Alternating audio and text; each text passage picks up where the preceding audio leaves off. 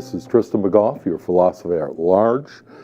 Today, this is the 10th in our series on a seminar on self. We're going to be dealing with the choice of self-transformation.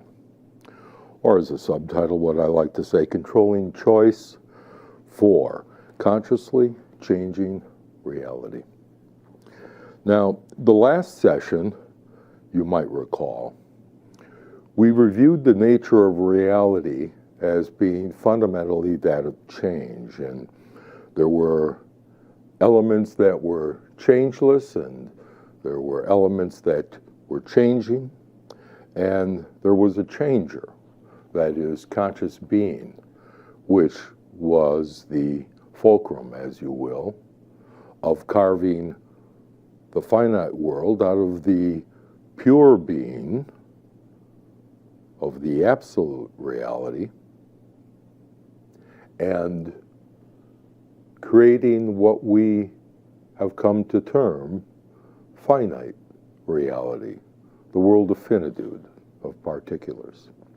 Now, just by way of a visual summary, you might recall that we were dealing with the nature of change. However, here I have choice in the changing reality. And if we look at the idea of reality as change, this is the center of convergence for what we know of as pure being and the finite being, conscious being, and non-being.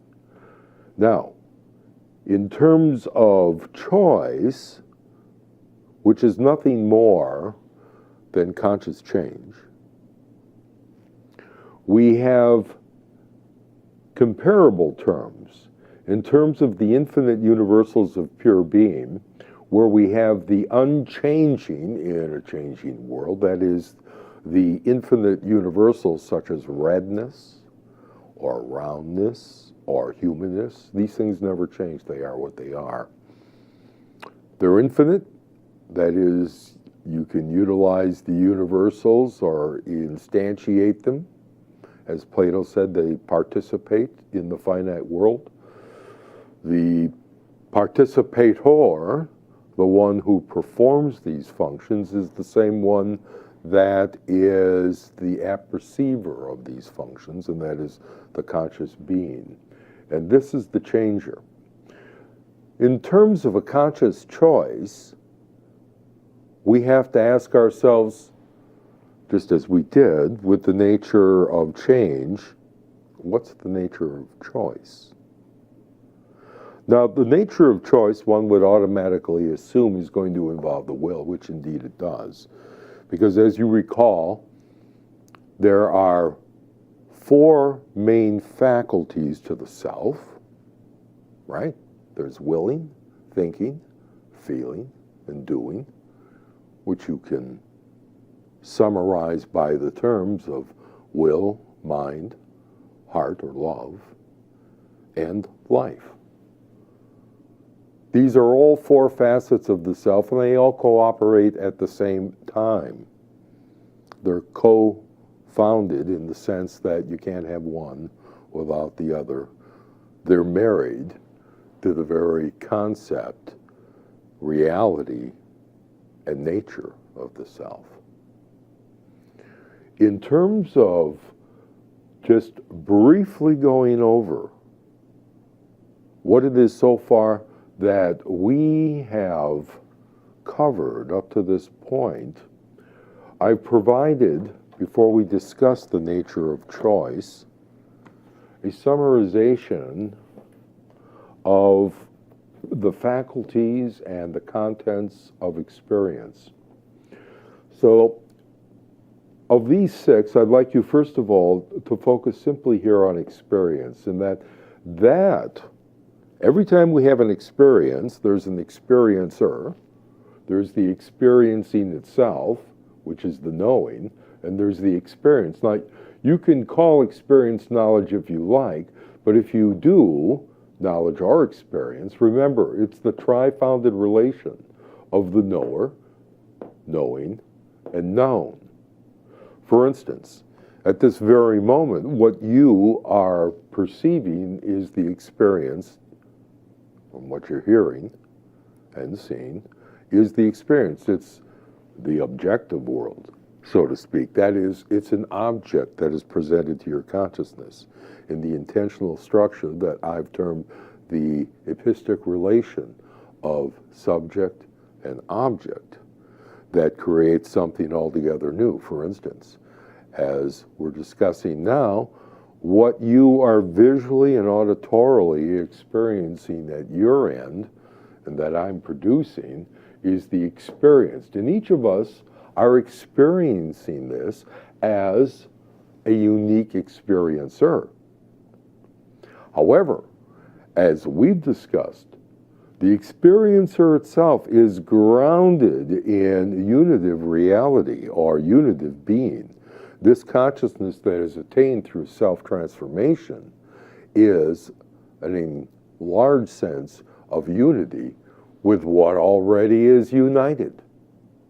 It's a question of becoming more conscious of that. Because reality is going to change whether you participate or not, consciously. And most of our participation in reality is, in reality, not really free choice whatsoever. The Hindus have a concept called samskaras, and these are the residual impressions from your experience that form themselves into the constraints by which your future experience is going to be encountered. They form, as it were, the kind of lattice and structure through which you're going to experience the world. And not only that, but they are propensities so that you are not simply going to have an experience, you're going to have a propensity to have a certain kind of experience. And that's what I've outlined here. In terms of the process of self-transformation, you have all these contents that are going on in terms of your own individual self. Now remember, I outlined that there were 10. There were 10 facets of self, if you will, 10 dimensions of self: the bodily, perspectable, emotional, narrating, volitional, social, the continuing self, as well as the unifying self, the advancing self, and the unifying or identifying self, the final self. The unifying self is that which organizes each of your experiences. The advancing self is what is organizing them to experience what we term as the future, which is nothing more than the unfoldment, that is the efflorescence of what is immanent from that which is transcendent. We're turning the potential into actual through our instrumentality. And our instrumentality is exactly the point where the rubber meets the road. It's the point where conscious being meets pure being and carves out of that, right, by the implicit choicelessness of shunyata, or emptiness, or void,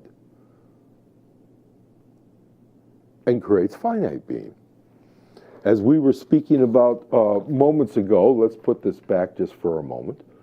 We're talking about change as being really the recipe of reality. Change is where there's the changeless, that is non-being. Non-being, not being anything whatsoever, is absolutely the limit of changelessness. And that differs from the unchanging pure being of the infinite universals that are inexhaustible. And every time that they're applied, I mean red is red. No matter how it is explained or described in the physical world, in the interaction of photonic reflection off objects and its registration on the retina and its eventual interpretation through the optic nerve going to the brain. And all of these things are happening simultaneously in the physical world with things that are occurring affectively at a much subtler level, material, but still at a subtle material level. And it's the same thing with what we call our intellect. Whether it's our physical body, our vital body, our emotional body, or our mental body, these are all states of matter. These are all finer degrees of being that are carved up by the individuals that inhabit these worlds and define them through their epistemic relation. And that all happens with all the individuals all at once in what I call is syncosm. Syncosm is where everything in the cosmos is occurring in the same instantaneous moment. Nothing's left out, including nothing. When we're speaking about the cosmos, we're talking about the one and only all and everything of being, non-being, finite being, and conscious being, and anything which is something. And that very all-encompassing conception of the universe allows us to understand that these ingredients are modifiable. So when we're speaking about change and taking hold of change consciously, and then creating something entirely new, or at least partly new, because from moment to moment, if you're making a conscious change, you are helping to intentionally alter the environment.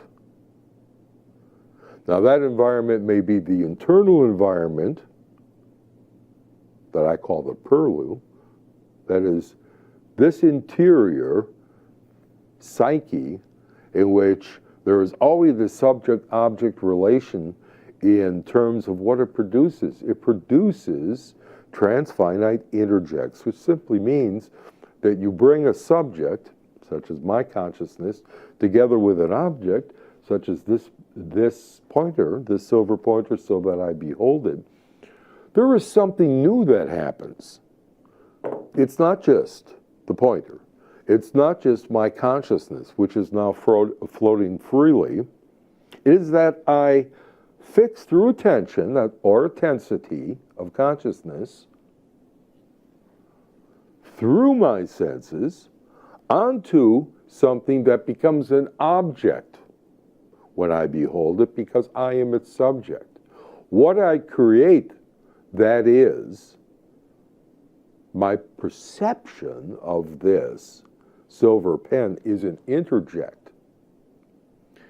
It doesn't exist as the pen. It doesn't exist as my mere consciousness. It exists as the result of the contact and the connectivity of this thing with this conscious thing, creating something that is not itself conscious, but is a content of consciousness. Whether you are having willings, or thinkings, or feelings, or doings, they are all part of your experience and part of the contents of your consciousness. In the same way that all your senses, that is, of course, your 5 passive senses and your 5 active senses. Remember, I think I listed those very quickly here. The 5 passive senses of hearing, touching, seeing, tasting, and smelling, and the 5 active senses of speech and manipulation, locomotion, and then the other 2 of procreation and elimination. Of course, we can discuss whether there are others, but the idea is that there are active senses that are receiving information from the environment and actually reinterpreting it, reforming it into its own reformulated, and if it's conscious, then reflective objects of experience, which are the contents, the interjects. These things, let's take for instance with thought. That is the mind. And here we have intelligence. Remember, I broke intelligence up, and I've color-coded these things, of course, so that everywhere blue. In terms of the self, you're going to see intelligence here under this, which basically, in terms of a mode of consciousness, is thinking.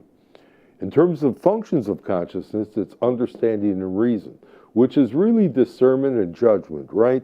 It's the things that you discern and that stay there. That's your understanding. And that's the basis, the forms by which you are going to experience the world. As we were talking about in terms of the transformations of ethos last time, we were talking about the character and the personality, and how the character are the capacities and forms.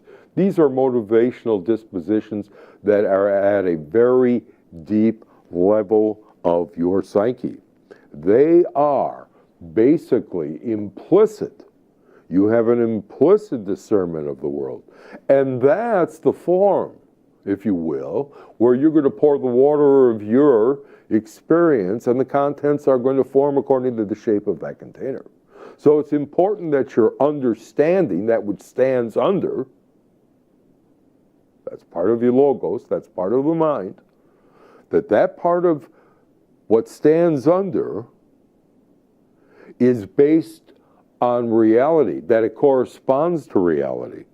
So through the principle of correspondence, what we do is we find that we move ourselves from the entrainment, such as your conscious mind operating right at this moment. And if your conscious mind devolves, for instance, into simply daydreaming, it's enchantment. If, however, it becomes conscious of itself at any moment and reflects that light in the expressions that it chooses so that it's beneficial and impactful and valuable for others in the environment, as part of the cosmos, as well as yourself, that's what we call enlightenment, with its companion fruits that we were speaking of right from the beginning, right? The fruits of self-transformation. And there's enlightenment for the mind, there's endearment for the heart. You see, I touch this as many of us do when it comes to our feeling aspect, because it is the center of our organismic experience. We feel the heartbeat at a subliminal level all the time. We are aware of a lot of things that are not on the surface of our consciousness as we surf the ocean of finite being as a limited epistic self, the self that's involved not only in the three-dimensional world, but in the higher dimensions of affections and feelings and desires and dreams and hopes and all those emotional elements that are of a finer grade of matter, but yet interact so that even on this physical plane, I am not a stone, I am flesh that feels. And at a higher level than that, feelings are organized into mental constructs, thoughts, notions, opinions, beliefs, all these things that are cognitively present as mental appearances, as objects that we are able to mentally behold, just as there are felt objects, right? These objects of the mind that we're talking about. I think I have a representation of that here in terms of the contents of consciousness again. And we're talking about, with just thought itself, that you have a fundamental view, there are notions, there are presumptions, and there are actual thoughts that do take place. And in regards just to that, and we're dealing here just with the element of mind itself, you'll see that here, under temperament, you have your view. And this is part of the character. You remember that the character and the personality are two facets of the will. The will is, if you will, the virtue of heroism. That is, it's the power of applied energy in the physical, the emotional, the mental worlds. It is where we change our thoughts, we change our feelings, we change the way that we behave. This behavior, composed of your willful intents, these are the things that are actually being expressed. Right now, I'm expressing certain deeds, right? I have accompanying emotions and thoughts and intents. I intend to impart some information. I'm trying to have as clear as thoughts as possible, so I'm being very attentive. You'll see that I'm not bound by doxa, which are these constraints upon the way that you feel and think and act, right, and will. The doxa are your uninformed constraints. They're the limitations. They're the poisons. I've referred to them before as self-cis formations. That is, they're the things that drag you down. And here, besides enchantment in the mind, if instead of being entertained in the moment, that is, being actively engaged and joyfully engaged with your interlocutor, your lover, your environment, a flower, your pet, if you're not actually being entertained, then you're probably in a state either of boredom or disattention, and you're estranged instead of connected to those that you could deeply love. And if you more deeply love them, then they become endearing to you. You've endeared them to your heart. You've brought them into your being by, instead of just being an erotic being, an erotic being, a being that's looking out for their own self-centered desires and being fulfilled, you're actually participating in that other polar element that we spoke of with pathos, and that is agape, a sense of universal love. It's where you can empathize with others. And not just humans, but you will empathize even at very deep levels, because there are expansive levels of emotion that you share with animals that are sentient beings. In terms of how to take control of the world of change, you're basically going to be applying fundamental principles that were discovered millennia ago by rishis, or those who have revelatory insight through unitive consciousness. They understand the nature of reality in its fourfold aspect of pure being, finite being, conscious being, and non-being, the void. And they've left behind, if you will, in the traces of the past, aphorisms or sutras that are designed to lead one along the path of self-transformation. Probably the most well-known of these from the East is Patanjali's Yoga Sutras.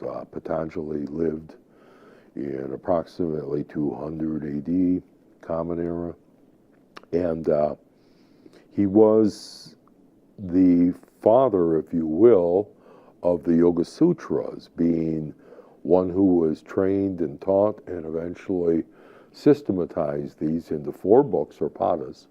And the first is the Samadhi Pada, and it deals with what is that state of unitive consciousness.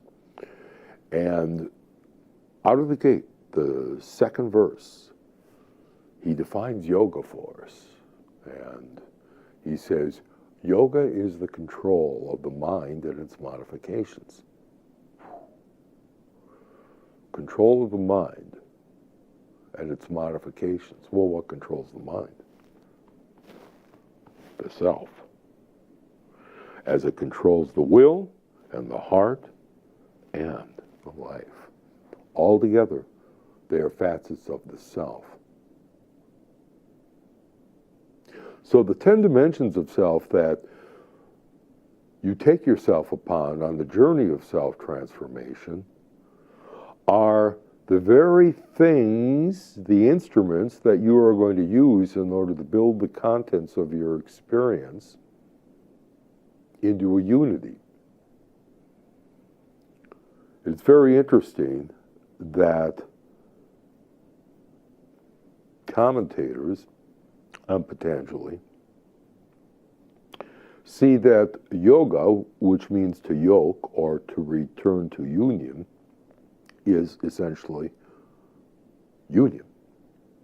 So it is not just yoga is the control of the mind and its modifications. It's union is the control of mind and its modifications. In other words, attaining to the state of union is what samadhi is. And that is what yoga is, as being the binding back of the individual with the universal. So that what occurs in the individual is the universe becoming aware of itself. If you want to know what spirit is, don't look for spirit as some other kind of rarefied substance. Look at spirit as what is in you as consciousness at this very moment. That is spirit. Being conscious of being conscious is the universe awakening to itself. It doesn't do it through a pen or a pointer or a board or a sheet of paper or, for that matter, anything short of a self-conscious being. Now, what's self-conscious? Because upon that hinges the potency for conscious change. If you're not self-conscious, you're just part of the change process, right? The materials will be reshaped into this pot or into this vase or into this plate or whatever it is. However, when it comes to conscious choices in life, you have to break free of the things that constrain you if you are going to transform what is a potential into an actuality.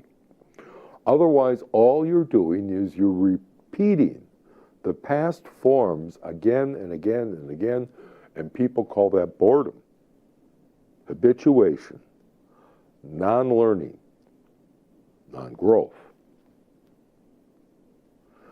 Growth is important to awakening. We said that there is not only growing up, where you go through the developmental stages as a personality from infant all the way through adult, you not only grow up, but there's waking up, where you become conscious of your consciousness that has permeated that entire sequence of growing up. And that, if you will, is at its crown and now can continue its evolution consciously. What we don't often understand is that we're not only meeting needs in life, we're not only having to fulfill what Abraham Maslow talked about as our maintenance of basic needs, and then the second level, safety needs, and the third, social needs, which is belongingness, and then we have our dignity needs, which is not only our self-esteem, but we want the respect of others, the esteem of others. And once we get to that point where we are able to maintain our nutrient sufficiency, our biological adequacy, our ecological harmony, not only with society, but with larger nature, and the maintenance of social integrity, that is the ability of sentient beings, whether they're your pets or plants or the garden or the larger park in this community center. It doesn't matter what it is. These are all part of social integrity, of having things hang together so that you can interact as a sentient being with other sentient beings. A good portion of that in life, particularly for human beings, is the interaction with other human beings. But we shouldn't think of ourselves as just a society of humans. We should think of ourselves as a society of living beings. Once you've gotten to the point where these things are maintained, then you can continue your personal maturity, and that's called waking up. That's when you begin the process as a conscious being to be self-conscious, and you can fully say, I am conscious of being conscious. And that transparency of consciousness is the key that you turn to access yourself directly. That's the turning inward. And that's an important thing to do. It is important every day to meditate, to give yourself the time where you close down the finite world and open yourself up to the world of conscious being and pure being, and even to the void, and to the finite contents of your consciousness that transform in your internal purlieu, this environment that you inhabit uniquely, and that you transform before any transformation takes place out here in the world of behavior. You're going to transform your attitude, your perspective, and your temperament first. We had a whole session where we spoke in terms of perspective and how, in the frozen aspects, the doxa, before the darsha, that is before the lead us from darkness to light. So it says in the Upanishads. Lead us from darkness to light, right? Lead us from a point where we are constrained by our beliefs and sentiments and habits and commitments. These are closed. They close our attitude so that when we respond, we have rather fixed responses. So if I believe in a certain premise, such as you can choose anything. It can be spiritual, religious, political. It can even be factual. The thing is, whatever your belief is, you're probably going to express as a thought. Now, you can either do that in a fixed way, and you're rather distracted, and somebody asks you something, you say, well, it's just this. And you're not really attentive to what they're saying, and you're giving the conditioned response, but that's already a supposition that exists here as a presupposition, as a belief, and largely we don't check our beliefs. Not any more than we check our views. We think, see, the views are the basic formative logos here, along with mood, drive, and aim, that allows the foundation of character, if you will, this formative aspect, that is basically the implicit understanding that is occurring at a high level of your psyche that you're probably never even aware of. You don't even know if you are viewing the world primarily as chaos or as cosmos. Do you have a mood which is optimistic or pessimistic? Is your drive weak or is it strong? When it comes to your aim, do you have a sense of purposefulness in the world or not? Aimlessness. These are all things which are contracted temperaments. You can't have a temperament that is going to engage the world fully and look to move from the constraints to confluence, where you are going to synergetically interact in such a fashion with the world that not only are you going to be improved, but you will improve the lives of those around you. That's the process of moving from doxa, from all these constraints, to darsha. And if you look just in terms of attitude, if you have closed commitments, beliefs, sentiments, and habits, rather than open, you are going to behave in the world quite different from a person who has different attitude. If they have an attitude, for instance, instead of beliefs, such as, I believe all men are created equal. If that's just all people are created equal. If that's just a belief, man, incidentally, is from the Sanskrit man, which means to think, and mens in Latin, again meaning to think. The term manus, the term man, mind, was all meant to refer to that rational, reflective aspect. It had nothing whatsoever to do with gender when this was being referred to as human, as the mind of light. Man, in this case, meant mind. It had nothing to do whatsoever with biology as we understand it.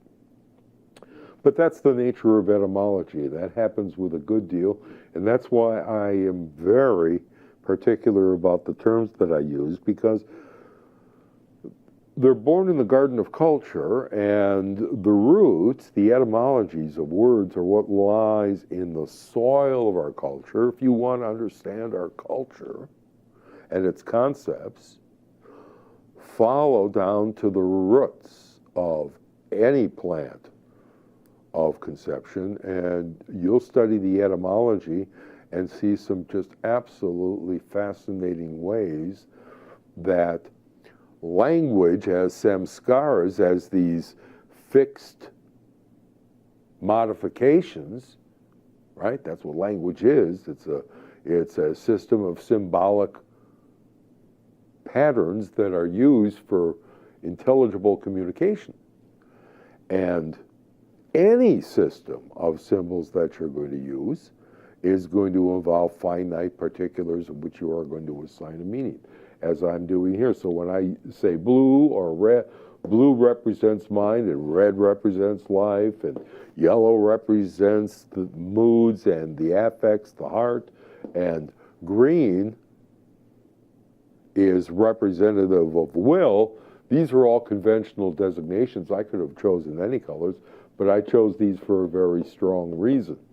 And the reason has to do with lineages and graphic intelligence. Lineages in terms of what traditions am I following in terms of the chromatology or the color assignments to various functions of the human mind, and that is strongly Buddhist in terms of relating to the Dhyani Buddhists. However, that being the case, what I also do is in terms of graphic intelligence have themed it in such a way so that as you look at anything that I've presented here, you can pretty well tell what basket it belongs into, whether it belongs to mind, right? Logos, Theoria, Sophos, all based on cognosis, which fundamentally, as we've talked about before, is consciousness as that it's the cognitive facet of consciousness, just like the heart is the affective facet of consciousness, and the will is the volitional aspect of consciousness, and life is the dynamic, vital aspect of consciousness. These four are interdependent, just like the recipe of reality. So when we are looking to go and control what good yogis or transformers or psychonauts do, when we want to control our choices, we have to understand that firstly what we've got to do is get down to the point where we are not constrained, contracted, fixed, and frozen in our temperament, perspective, attitude, and behavior. These have to be loosened up and expanded, and the steps, that is, these self-transformative evolutionary techniques that or practices that we've been employing week after week, open you up a little bit more to the less contracted and the more expansive aspects of yourself. Because these expansive aspects of yourself are not just merely your potentials, they are actually your future. So now, referring to the hierarchy of needs in humans, we got to the point we were talking about the continuance of personal maturity through growing up to waking up. Once you move beyond that, there are other levels that you as a human being naturally have. They're not something that needs to be given to you. They're not something that needs to be supplied. Awakening is the process by which you move into the higher levels of your performative powers, which exist now as potencies and latencies, but become patencies, these objective expressions of what you've chosen in your life that is transformative in the sense that it brings about greater beneficence for you and for others. You'll notice that just in your behavior, when it's fluid, your intents are benefic rather than malefic. You're looking in a fluid way to meet the challenges of your environment. There is something called in ecological theory the principle of requisite variety, which means that organisms survive that have the requisite or needed amount of variable responses to the challenges in their environment so that they can successfully, not just adequately, they can successfully meet that challenge. That's the essence of intelligence. It's able to meet a problem, find a solution, and you find that solution because of previous experience that not only has been stored, but has been well stored and is accessible. And this is what we're talking about in terms of this higher level of character. These are implicit levels of understanding and reason. You can look at understanding as the composite of discernment. That's all the discernments you've ever had integrated together so that you look upon the world with a certain understanding. Your reason, if you will, is the active element of the logos, just like your understanding is the coherent and maximized part of your logos. Your reason is a method, it is a means, it is a moment, it is a state of consciousness by which what you are taking is the world and you are rationalizing it. You are taking one thing and comparing it to the other, whether it's verbally or whether it's visually in terms of contrast of a moving body against a stationary board.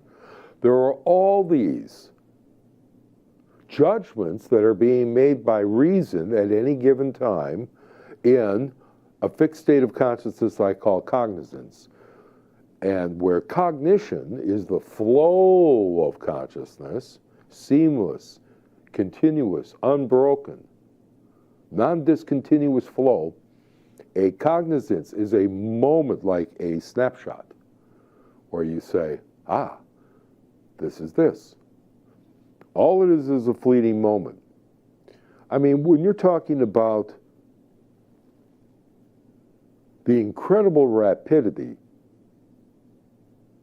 by which things happen in this world. I mean, you take a single leaf of grass, and scientists tell us that there are 10 quadrillion photons that are striking that blade of grass every second. How do you comprehend that? 10 quadrillion photons? In other words, there's a good chance that that chlorophyll is going to be activated by the energy from the source of the sun through photons. It happens so rapidly, it happens so quickly in our time frame that it is not a cognizance for us any more than I am making cognizant my flowing blood and the speed at which it's coursing through my body. I have no cognizance of this whatsoever. But yet at a very deep level, I'm certainly aware of it. Difference. You have, at any given moment, besides your liminal cognizantal awareness of what's going on in reality, which is your basis of choice. You say, I'm going to choose, right? You're choosing in the moment. But that choice is based upon the things that have changed before and then been solidified in your personality and your character as these various frozen doxa, these things that are going to limit the way that you interact, for instance, as an intentional being. There are certain things you'll never allow yourself to do because of commitments that you've made. However, as you've lived life, those commitments have turned into fortitudes. If you've had a commitment, for instance, of fidelity in marriage, that commitment, which at one time was an intention of the will that you had to enforce perhaps, or that you did gladly and joyfully, becomes a fortitude upon which you can rely at any given time. You don't have to keep going back to a commitment and repeating that to yourself intentionally. I have to keep this vow. I have to keep this vow. That vow has become part of the sinew of your character. And so, being that, you can rely on it as part of your attitude that you take toward the world, and it's a fortitude. In the same way that your beliefs eventually become altitudes. Your belief, no matter what it is going to allow you to climb a cognitive ladder so high, and you can look out over your horizon and interpret it from that altitude, rather than saying, "Well, I believe in this," and you're at this fixed rung of the ladder. And I don't care what it is. It can be a religious belief, a political belief, an economic belief, a belief in yourself about your own psychology. But if you're going to just hold on to that rung of the ladder, and that's your belief, you're never moving up. And if you want to move up, and you want a higher altitude, choose a belief that's more inclusive. What you are really doing in choosing self-transformation is you're choosing to include more of the world in your life. And that happens by you opening up your inner life first, and that's why we're talking about the next stage is the fluorescence or the unfolding of your interactive authenticity. You are going to live a truthful life. You discover the truth, and there's a beauty in truth. And it doesn't matter whether it's the truth coming from the Vedas or the Bible, or the truth coming from a scientific textbook, or the truth coming from astrophysics, or mathematical truth. You are going to find that by corresponding your mind with what is actually occurring in the nature of reality, right, in terms of its recipe, what is it? That's just a recipe. The recipe, what is baking? What is occurring right now? What's the mix? How much nothingness is there? How much pure being is there? How much finite being, and what kinds of finite being are you dealing with at any given time? And you, as the chooser, as the conscious being, are going to carve out of being finite being by the use of nothingness. You are going to eventually come to a point where you see that nothingness, non-being, it's always changeless, it's always choiceless, it's always controlless. There is no sense of control in non-being. Non-being is non-being. Nothing is, right? With non-being, you don't have anything. So there's no control. Get rid of the idea of control. Yoga is defined as the control of the mind and its modifications. But yet, you're going to find that as you move through spiritual development, you're eventually going to give up all control. because the universe has been in control.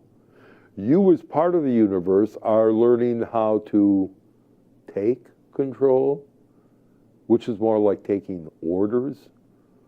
The universe orders things like it orders a pizza, and you're a pizza parlor, and you're going to learn how to respond with skillful means. And you're going to be a cosmic pizza parlor, in that you're going to learn how to respond to the entire panoply of existent beings in a way that would be the envy of any athlete or tennis player. You're going to be like an octopus in terms of handling your willings, your thinkings, your doings, your feelings, all together, all at once, in a unified manner, and you're going to understand that these samskaras, these karmic residues, these things that you've built up over time, your fears, your cravings, your thoughts that shape the way that you believe that certain things are in the world, all these various constraints, you eventually get to a point where you find within yourself that they are the very same essence as what expansiveness is. Everything you have that you consider as your limitation and your constraint is the very thing that you are going to use in order to expand. The very ground you fall on will be the ground you lift yourself up from. The very self that you flagellate for its temptations and its failures and its limitations and its foibles and its frails, that's going to be the very self that's going to find in those foibles, those fixations, the very same energies that went into forming them. But this time, in terms of conscious control, you become the controller. And to become the controller means that you are going to look at the choosable. The choosable is anything that's eternal. You can't choose a finite object that's already been chosen. The camera that's recording me, I can't choose. I can choose to sit in front of it. I can't choose to build it. It's been built. It's already been chosen. It's already been delivered as a finite object in this world. However, if I decided to build some kind of camera that maybe was omnidirectional, that could look in 360 degrees, instead of having a lens, its entire sphere was the lens, and it looked out every which way. Now, there's a rather interesting idea, but the idea itself is taking shape from what? It's taking shape from unchanging, infinite universals. I'm conceiving of something called vision. I'm conceiving of something called 360-degree perception in space, as if from a point you expand out in a spherical manner with a single lens, and it's all integrated all at once. That's what awareness is. That's what the sphere of consciousness is. The sphere of awareness in which all of your contents take place, and you eventually move up that axial path from being creating cis formations that keep you locked in, constrained, and fixated, repeating the same pattern time after time, to liberating patterns. Patterns that will repeat, but rather than going around in a circle, you find the pattern repeating at a higher level on a spiral of conscious evolution. And that is the spiral that leads to the very apex. And the apex that we speak of is a gnosis, that is this complete sense of union. Well, as you practice yoga in order to reunite, with what you're already united to. You are in a unified field already of consciousness, including your physical body and your vital body and the other bodies beyond that allow you on each level to have the experience you have. If you're talking about a mental body, your mental body is not someplace other than this physical world. At this moment, your mental body is what you're thinking through and with, as the brain itself is nothing more than the ripples on the surface of the water as your canoe of consciousness cuts through it. It's the immediate effect of your consciousness working through the mind and your various other layers of affective feelings and vital energies right to the very systems of your organismic being, whether it's your respiratory and pulmonary system, whether it's your skeletal, muscular, whether it's your nervous, your central nervous system and the peripheral nervous system, it doesn't matter. All of these systems themselves not only are integrated on the plane in which they operate so that they're causally effective, they're interplanarly causal effective. I can cause the way that I move my hand by something that is occurring not within the brain, but upon which the brain is based. Not before, something upon which the brain is based, and that is the mind. So when we are looking at the various aspects of reality, we have to understand that this is what change is. Change is these four ingredients to the recipe of reality of pure being, non-being, conscious being, and finite being, all being at the same time. The elements that are changing here in the finite world are what are subject to change. They express the nature of change, but more importantly, they give us the opportunity to make a choice. Because where there is change, there is a movement from potential into the actual. And that fulcrum is conscious being, who becomes not only the chooser, but the controller. Now, what's the difference? I can choose to reshuffle here in the chair.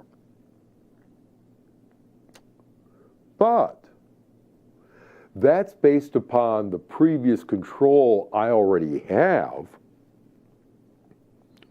as a healthy physical body that's well coordinated. If I didn't have that control, the choice I would make to move up would not be as smooth and efficacious as I've made it appear.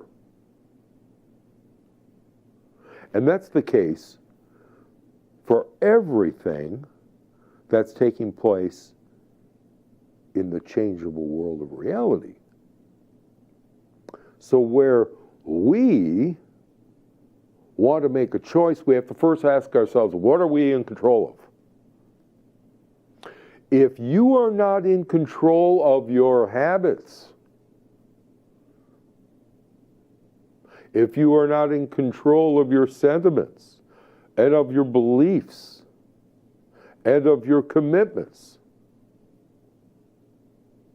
then whatever choices you make are going to be constrained by those commitments, beliefs, sentiments, and habits. What you wish to do is to alter the basis of control gradually, and that's transformation. Remember, we spoke of micro transformations. These are moments of opportunity, literally, in the present, because the present is all we have.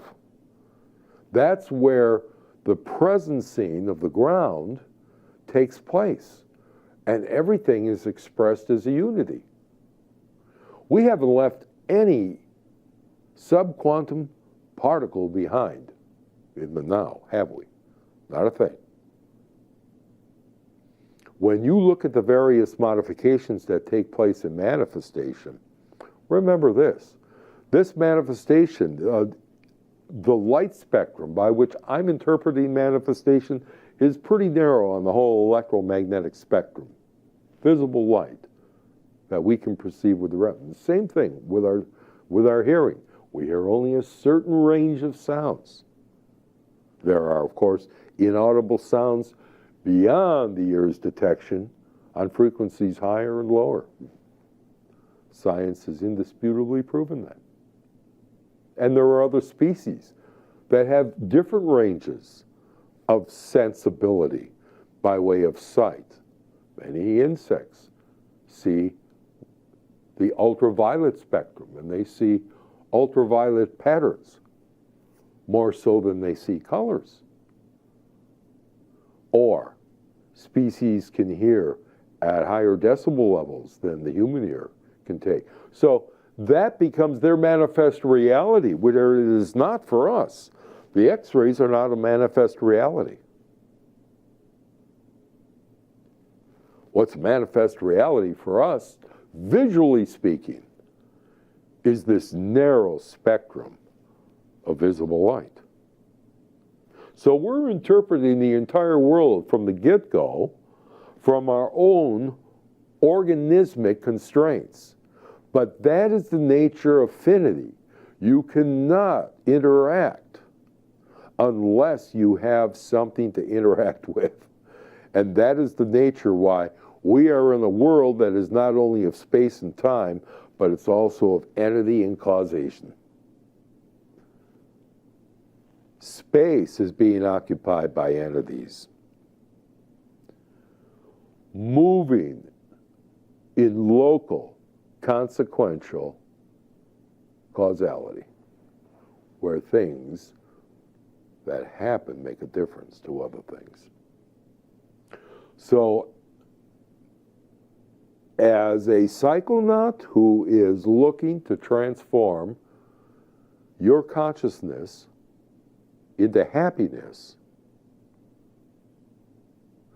it's imperative that you understand that the choices that you're going to make now, such as what to affirm, what to practice, what to read, what to meditate on, all these things are choices that you're making now, however constrained they are by what's controlling you, as samskaras, as these tendencies from the past that are the basis upon which you're going to choose.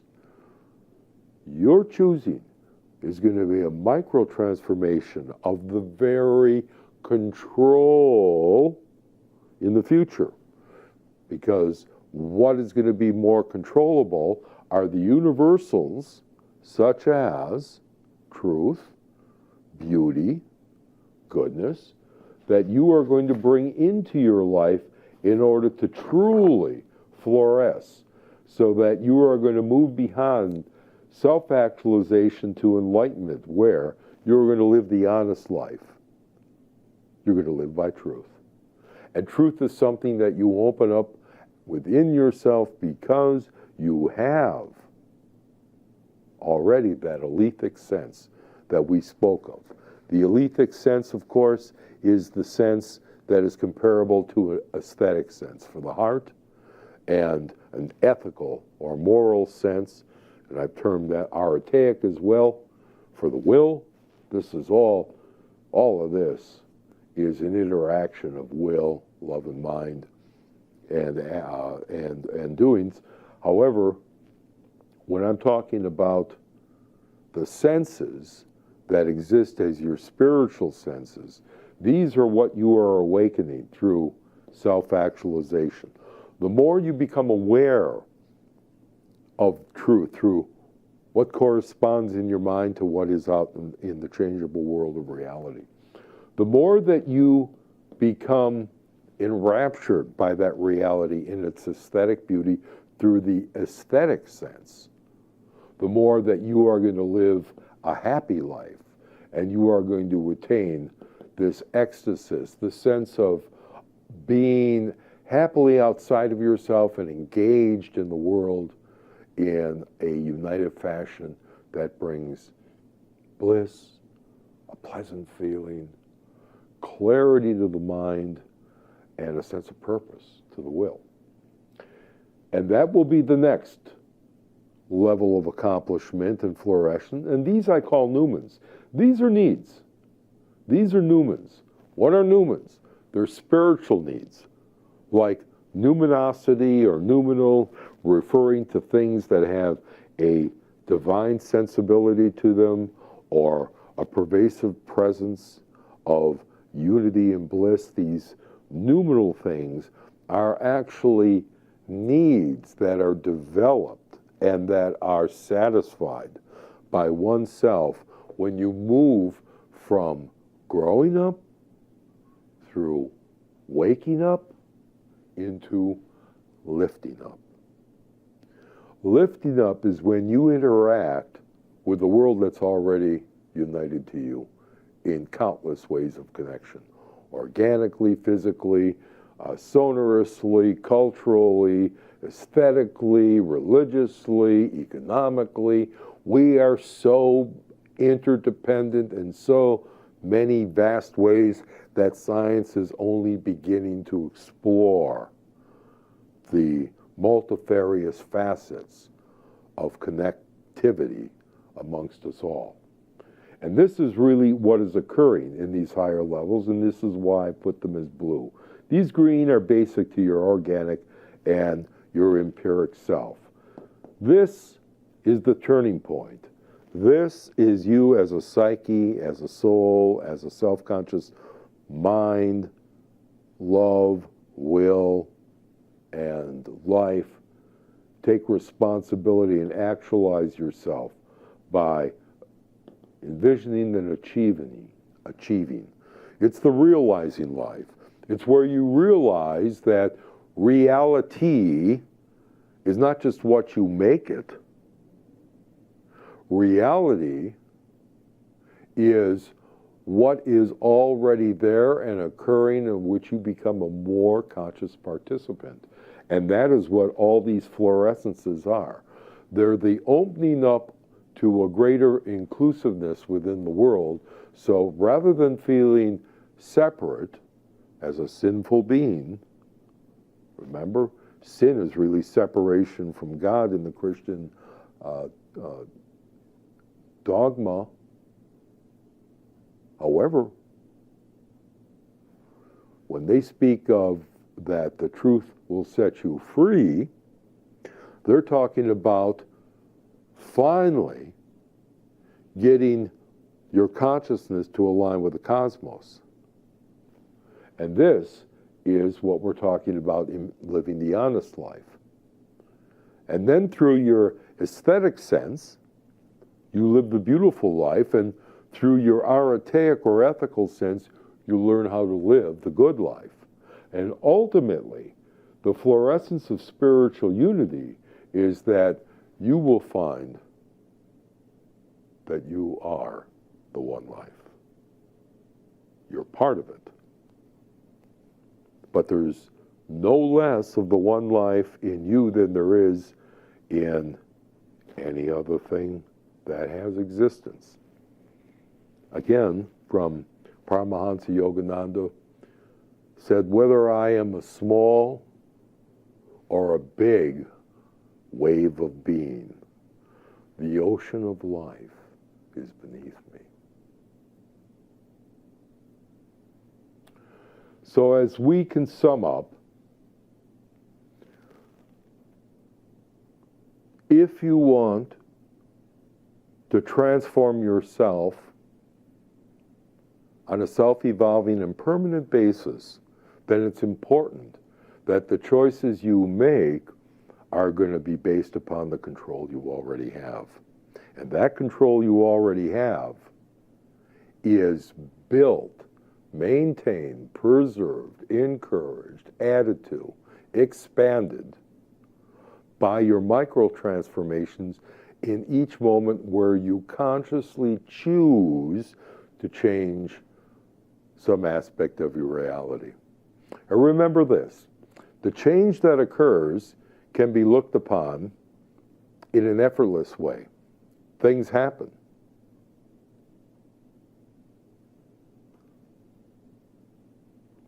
Things happen in nature, some which we wouldn't like or agree with, or if we had an ideal world, we think we would change. Things happen in the world in terms of conflicts and strife, which in an ideal world, we would say we would rather not have. But how do you get to that ideal world? That ideal world is not going to happen. It's not going to change there by itself. It has to change through conscious intervention. And through conscious intervention, you are going to realize that the choices you make are dependent upon the control you have. So you need to have self-control more than anything else, which meditation, I will remind you, allows you to deepen and strengthen. Meditation is the muscle of the mind.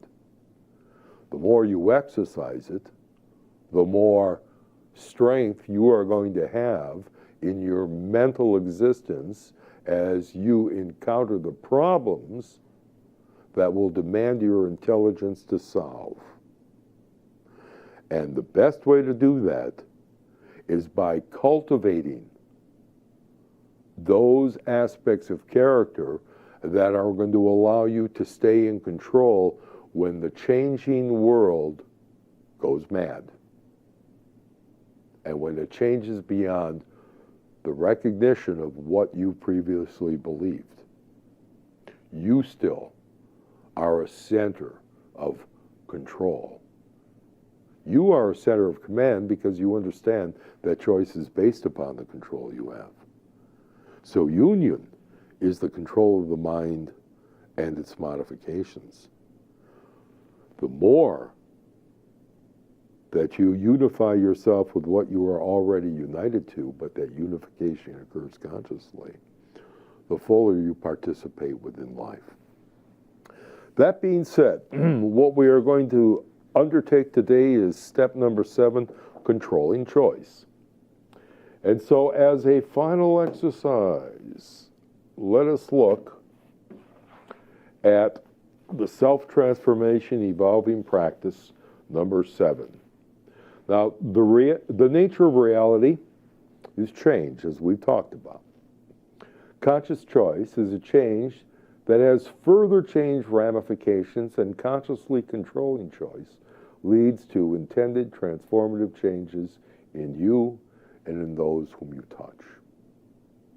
When next confronted with a problematic situation, facing options, and considering a choice, take a few moments to meditate and mind, in the sense of extract from what you already control, the control necessary to make a beneficial choice. So, there are 4 simple steps here. You're going to first enter the door of awakening through the mantra of awakening, I am conscious of being conscious. And then ponder Patanjali's sutra,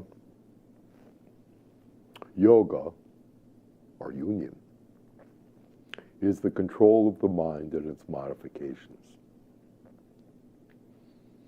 As you meditate upon that, you may think about, how does union come about except through uniting?